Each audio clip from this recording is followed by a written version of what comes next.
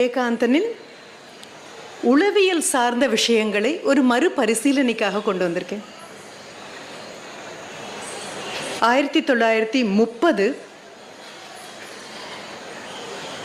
மிக அழகாக 20ஆம் நூற்றாண்டில் உளவியல் சார்ந்த தர்க்கங்கள் உருவான சமயம் அது. ஃப்ராய்டு உள்ள வந்தாச்சு. கூடவே ஃப்ராய்டுடைய சீடனாக இருந்த கார்ல் குஸ்டாவ் யுங், அவருடைய மிக அழகான ஒரு கட்டுரை 1930 வெளியாகிறது. டிரான்சிஷன் அப்படிங்கிற ஒரு பத்திரிகையில் சைக்காலஜி அண்ட் பொயட்ரி அப்படின்னு ஒரு விளக்கம் கொடுக்குறார். அந்த விளக்கத்தில் அவர் 2 விதமான எழுத்தாளர்களை நமக்கு அறிமுகம் பண்றார். முதலாவதாக வரக்கூடிய எழுத்தாளர்கள் உளவியல் சார்ந்த எழுத்தாளர்கள், சைக்கலாஜிக்கல் ரைட்டர்ஸ். தங்களுடைய அந்தரங்கத்திலிருந்து, அதில் வார்க்கப்பட்டிருக்கக்கூடிய அனுபவங்களிலிருந்து, அதன் புரிதலிலிருந்து எழுத்தை கொண்டு வரக்கூடிய எழுத்தாளர்களை சைக்கலாஜிக்கல் ரைட்டர்ஸ். இரண்டாவதாக இன்னொரு படைப்பாளரை கொண்டு வந்து நிறுத்துறாரு. ரொம்ப அழகாக அவருக்கு சொல்றாரு, விஷன், அவர்களுக்கு விஷனரி ரைட்டர்ஸ், தீர்க்க தரிசனம் உள்ள படைப்பாளர்கள். இவர்கள் 2 பேருக்கும் உள்ள பெரிய வித்தியாசம், உங்களாலும் என்னாலும் உளவியல் சார்ந்த எழுத்தை எழுதக்கூடிய சைக்கலாஜிக்கல் ரைட்டர் தன்னுடைய சொந்த அனுபவத்திலிருந்து, அதிலிருந்து தன்னுடைய புரிதலை வைத்து மனிதர்கள் எல்லோரும் இப்படித்தான் இருப்பார்கள் என்ற யூகத்தை வைத்துக்கொண்டு எழுதக்கூடிய நபர்கள். இரண்டாவது வரக்கூடிய விஷனரி ரைட்டர்ஸ், தீர்க்க தரிசனம்.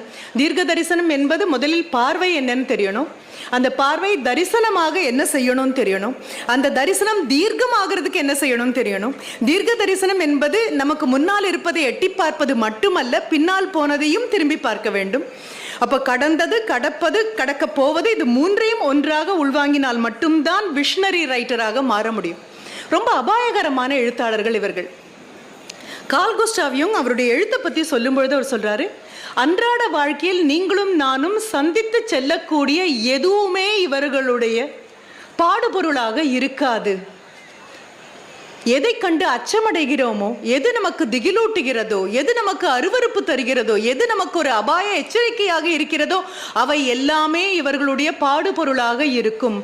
அது மட்டுமல்லாமல் அடுத்தது, மனதின் அந்தரங்கத்தின் இருளில் இருக்கக்கூடிய இடுக்குகளில் இருக்கக்கூடிய அழுக்குகளையும் மேலே கொண்டு வந்து காட்டக்கூடிய நபர்கள். நமக்கு அருவருப்பும் ஆச்சரியமும் அச்சமும் ஒன்றாய் ஏற்படுத்தும் எழுத்தாளர்களை விஷனரி ரைட்டர்ஸ், தீர்க்க தரிசன எழுத்தாளர்கள்னு குறிப்பிடுறேன்னு சொல்றார். அடுத்ததும் ஒன்று சொல்றார், மிக சாதாரணமான வாசகர்களால் இவர்களை புரிந்து கொள்ள இயலாது. இப்போ வாசகர்கள் அப்படிங்கும் பொழுது அது ஒரு படிநிலை. வாசகர்கள் இலக்கிய வாசகர்களாக மாறும்பொழுது அது ஒரு பரிணாம வளர்ச்சியாக தான் இருக்க முடியும். இப்போ நான் சொல்லக்கூடிய ஜெயகாந்தனை பற்றிய அவருடைய உள் வெளிச்சத்தை அவர் காட்டக்கூடிய, மனிதனின் நிழல் பண்புகளை வெளியே கொண்டு வரக்கூடிய காட்சிகளை உங்ககிட்ட சொல்லும் பொழுது போகிற போக்கில் அவருடைய புத்தகங்களை வாங்கி கொண்டு போகலாம். ஏதோ ஒரு தகவல் கிடைத்தது, இந்த பெண்மணி சொன்னார்கள். அப்படி பார்க்கும்பொழுது you are just an informed reader. ஒரு தகவல் உங்கள் கைவசம் வந்திருக்கு, அந்த தகவலை வைத்துக்கொண்டு இந்த புத்தகங்களை வாசிக்க போகிறீர்கள். மீண்டும் ஒரு முறை அதே புத்தகத்தை ஒரு 3 ஆண்டோ 4 ஆண்டுகளோ கழித்து வாசிக்கக்கூடிய சௌபாகியம் வாய்க்குமே ஆனால், அதை நான் அப்படிதான் சொல்றேன், மிகப்பெரிய வரம் அது, கொடுப்பினை. அவ்வளவு சுலபமா கிடைக்காது. கிடைக்குமே ஆனால் 2வது முறை நீங்கள் வாசிக்கும் பொழுது ஒரு அறிவார்ந்த ஒரு வாசகனாக உங்களுடைய படிநிலை மாறும். You become an intelligent reader. எந்த இடத்தை தாண்டி போகலாம், எந்த இடத்தை தடவி போகலாம், எந்த இடத்தில் நின்று போகலாம், எந்த இடத்தில் கிடந்து உருண்டு அனுபவித்து போகாமல் அங்கேயே தங்கிவிடலாம், இதெல்லாம் புரிந்து கொள்ளக்கூடிய இன்டெலிஜென்ட் ரீடராக மாறுவீர்கள், அறிவு சார்ந்து. மீண்டும் உங்களுடைய சௌபாகியம் இன்னும் வளருமே ஆனால் 3வது முறையாக நீங்க வளரணும், பரிணாம வளர்ச்சி உள்ளுக்குள்ள இருக்கணும். ஒரு 4 வருடம் கழித்து அதே புத்தகத்தை தீண்டும் இன்பம் வாய்க்க பெருமையானால், உங்களுக்கு கிடைக்குமே ஆனால் 3வது முறை வாசிக்கும் பொழுது அதிலிருந்து தெரியக்கூடிய வெளிச்சங்கள் முதல் வாசிப்பில் கிடைக்கவே இல்லை என்பது புரியும். You become an enlightened reader. ஒவ்வொரு வரியிலையும் புதிய புதிய வெளிச்சங்கள் எழுத்தாளன் கொடுக்கவே இல்லை. உங்களுடைய பரிணாம வளர்ச்சி புதிய புதிய இடங்களை கண்டடையக்கூடிய ஒரு வாய்ப்பாக. 4வதாக, அது பெரிய ஒரு நல்ல ஊழாக இருந்தால் மட்டும்தான் முடியும். இந்த 4 தரையும் வாசிக்கிறதுக்கு நீங்களும் இருக்கணும், புத்தகமும் இருக்கணும், வாசிக்க வேண்டிய விளைவும் இருக்கணும். 4வது முறையும் வாசிக்கக்கூடிய பெரும் பேறு வாய்க்க பெருமையானால் then you become an empowered reader. அவ்வளவே தான். அதற்குள்ள இருக்கக்கூடிய எல்லா சக்தியையும் உங்களிடம் உறிந்து கொண்டாகிவிட்டது. இதற்கப்புறம் அந்த புத்தகம் உங்களுக்குள் வாழுமே தவிர புத்தகத்தை கையில் எடுத்துக்கொண்டு நீங்கள் வாழ வேண்டிய தேவையில்லாத சூழலுக்கு போவீர்கள். அதைவிட ஒரு படைப்பாளனுக்கு ஒரு வாசகன் கொடுக்கக்கூடிய பெரும் மரியாதை வேறு எதுவும் கிடையாது. இது படிநிலை. எல்லோருக்கும் வாய்க்க பெறுமா என்பது சந்தேகம், ஆனால் வாய்க்க பெற வேண்டும் என்பது என்னுடைய விளை. அப்படி பார்க்கும் பொழுது கார்ல் குஸ்டாவ் யுங் சொல்லக்கூடிய இந்த விஷனரி ரைட்டர்ஸ், தீர்க்க தரிசன படைப்பாளர்களை அணுக வேண்டுமே ஆனால், அணுகி இருக்க வேண்டுமே ஆனால், வாசிக்க வேண்டுமே ஆனால், படிநிலைகளை கடந்து நீங்கள் செல்ல வேண்டுமே ஆனால் அது சாதாரண வாசகனால் முடியாது என்று அவர் சொல்லக்கூடிய அந்த இடத்திலிருந்து ஜெயகாந்தன் அவர்களை நான் உங்களுக்கு கொண்டு வந்து கொடுக்க போறேன். மறிவாசிப்புக்கு நீங்க கொண்டு போக வேண்டிய எல்லாரும் மீண்டும் மீண்டும் பேசிய எல்லா கதாபாத்திரங்களும் பக்கத்தில் உட்கார்ந்து கொண்டு நான் சேதுபதி அவர்கள்கிட்ட சொன்னது, கௌரி பாட்டியை யாராவது சொல்லி திரும்புறதுக்குள்ள சிற்பி ஐயா கௌரி பாட்டியை கொண்டு வந்து நிறுத்தியாச்சு, கல்யாணியை கொண்டு வந்து நிறுத்தியாச்சு. நான் அப்புறம் நினைச்சேன், குருபீடத்துலேருந்து எல்லாமே உள்ள வரணும்பா, சீசர்லேருந்து எல்லாமே வரணும், நிக்கி உள்ள வரணும், எது வரக்கூடாது, எல்லாமே உள்ள வரணும். ஜெயகாந்தன் உள்ள வந்தால் நிழல் கூட விடாமல் அத்தனையும் உள்ள வரணும். 1969 வந்த 2 குறுநாவல்கள், கணிசமாக சாடப்பட்ட 2 குறுநாவல்கள் 2020 ஒரு 12ஆம் தேதி மாலை மயங்கக்கூடிய இந்த நேரத்தில் மறுபரிசீலனைக்கு நம்மளுடைய மேடைக்கு வருது. இது பற்றி பேசினா பாவம், இதை பார்த்தால் பாவம் என்று சொன்ன அத்தனை விமர்சகர்களும் ஒரு விஷயம் ஜெயகாந்தன் கிட்டேருந்து படிக்க வேண்டியிருக்கு. விமர்சனம் என்பது விடை அல்ல. Criticism is not a solution for a problem. Criticism is after all criticism. விமர்சனங்கள் மட்டுமே அல்லாமல் அவை விடைகள் அல்ல, விமோசனங்கள் அல்ல. அப்போ விமர்சனங்களிலே தேங்கி போகக்கூடிய படைப்பாளனால் எந்த ஒரு பிரச்சனைக்கும் விடை காண முடியாது. நான் சொல்லக்கூடிய அந்த 2 நாவலும் பரிச்சயம் உள்ளவர்களுக்கு தெரியும். ஆடும் நாற்காலிகள் ஆடுகின்றன ஒன்று, அடுத்தது ரிஷி மூலம். இதற்கு முன்னால் இன்னொரு அழகான நூல் ஒன்று வந்தது 1965 விழுதுகள். ஓங்கூர் சாமி மாதிரி ஒரு மிகப்பெரிய ஒரு விஸ்வரூபத்தை யாரும் இனிமேல் படைக்க முடியாது. ஜெயகாந்தனே மீண்டு வந்தாலும் தன்னுடைய எழுத்தை பார்த்து நின்று ஆச்சரியப்படத்தான் அவரால் முடியுமே தவிர அவரையும் மிஞ்சிய ஒரு கதாபாத்திரமாக அது வரக்கூடியது. நான் சொன்ன இந்த 2 நாவல்களும் ஆடும் நாற்காலிகள் ஆடுகின்றன, ரிஷி மூலம் பலதரப்பட்ட வாக்குவாதங்களுக்கு ஆட்படுத்தப்பட்டவை. அதை வெளியிட்ட பத்திரிகைகள் இது போன்ற கதைகள் இனிமேல் வாரா என்று வாக்குறுதி கொடுக்க வேண்டிய அளவுக்கு தள்ளப்பட்ட 2 நாவல்களை தான் நான் இப்போ எடுத்துட்டு இருக்கேன். நான் சொன்னது முதல்லையே ஒரு ஆன்டிசிபேட்டரி பெயில் ஒன்று எடுக்கிற மாதிரி நான் சொன்னேன். ஒரு தீர்க்க தரிசன எழுத்தாளன் அப்படின்னு சொல்லக்கூடியவன் நமது மனதில் யாருக்கும் தெரியாது என்று சந்தோஷமாக மறைத்து வைத்து கொண்டு இருக்கக்கூடிய அத்தனை விஷயங்களையும் எந்த விதமான கூச்சமும் இல்லாமல் பெருங்கருணையோடு எல்லோர் முன்னாலும் கொண்டு வந்து வைக்கக்கூடிய ஒரு நபர். நான் சொல்லக்கூடிய இந்த பெருங்கருணை அப்படிங்கிறத தயவு செஞ்சு சாதகமாக அன்புன்னு தப்பா புரிஞ்சுக்காதீங்க. இது அன்பு அல்ல. பெருங்கருணை என்பது பற்றற்ற பற்று.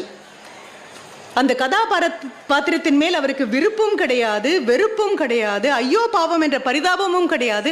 மருத்துவன் முன்னால் நோய்வாய்ப்பட்டிருக்கக்கூடிய ஒரு நோயாளியை பார்த்து மருத்துவனுக்கு என்ன உணர்வு தோன்ற வேண்டுமோ அது மட்டும்தான் தன் பாத்திரங்களை குறித்து ஜெயகாந்தனுக்கு தோன்றியவை. மிக அழகான நெருக்கம் அது. இதுதான் ஆண்டவனுக்கும் இருக்கக்கூடியது. பற்றில்லா பற்று. இந்த பற்றில்லா பற்று தான் இலக்கிய புரிதல். எந்த கதாபாத்திரத்துக்காகவும் உட்கார்ந்து தேம்பி தேம்பி அழக்கூடிய ஒரு வாசகனாக இருந்தால் அந்த நிலையை விட்டு கடந்து என்னால் போக முடியாது. முன்னுரையில் எழுதும் பொழுது ஜெயகாந்தன் அவ்வளவு அழகாக அதை சொல்றார். உங்களை வெல்வது ஒரு வெற்றியே அல்ல, உங்களையும் கடந்து போக வேண்டும். இலக்கியத்தில் வெல்வது அல்ல வெற்றி, காலத்தையும் கடந்து போக வேண்டும். அதுதான் இலக்கியத்தின் வெற்றி. என்னுடைய எதிர்காலத்தையும் தாண்டி, if I can look beyond the behind, இதுதான் இல்லை, இதற்கப்புறம் எதுவும் இல்லை என்று சொன்னதற்கு அப்புறம் தீர்க்க தரிசன எழுத்தாளன் கொஞ்சம் எட்டி பார்ப்பான். இந்த அலங்கார வள்ளியம்மாள் கதாபாத்திரத்தை எடுத்து பக்கத்தில் வச்சுக்கோங்க. போகும்பொழுது நிதானமாக please ventilate your mind. That's only prerequisite. Already உங்கள் தலைக்குள்ளே இருக்கக்கூடிய எல்லாவற்றையும் வைத்துக்கொண்டு பக்கத்தில் ஜெயகாந்தனுடைய அலங்கார வள்ளியம்மாளை உட்கார வச்சிங்கன்னா இடம் பத்தாது. அது ஒரு விஸ்வரூபம். அது பல நேரங்களில் ஷேக்ஸ்பியர் மாதிரி தான் தோணும். கதாபாத்திரங்கள் கையை மிஞ்சி வளர்ந்து போகும் பொழுது ஒரு படைப்பாளி அப்படியே விட்டு போவான். செல்லப்பன் ஐயா அவ்வளோ அழகாக சொன்னார். என்ன கதை முடிந்து விட்டது, ஆனால் பிரச்சனை முடியவில்லை. The story comes to an end but it does not conclude. Resolution கிடையாது. காலமாக வரக்கூடிய அவர் சொன்ன அதே தான். ஆர்கிடைப்ஸ், மூல படிமங்கள், தொன்ம படிமங்கள். இந்த அலங்காரவல்லி அம்மாளை அன்றாடம் வீட்டில் தாயாக நாம் பார்க்கிறோம். எவ்வளவு சதவிகிதம் அப்படிங்கிறதுல தான் நமக்கு மாறுபட்ட கருத்து.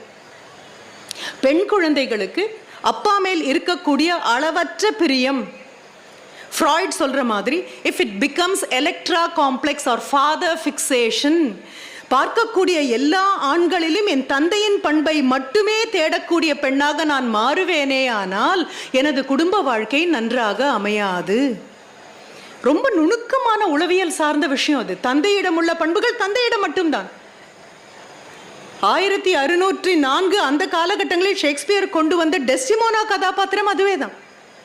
டெஸ்டிமோனாவை அத்தனை பேர் நிற்கக்கூடிய அந்த சபையில் நிறுத்தி, ஒத்தெல்லோவின் பின்னால் நீ இறங்கி போனாயா அல்லது வசியம் செய்து உன்னை கூட்டிக் கொண்டு போனானா என்று கேட்கும் பொழுது I followed him on my free will அப்படின்னு டெஸ்டிமோனா சொல்வா.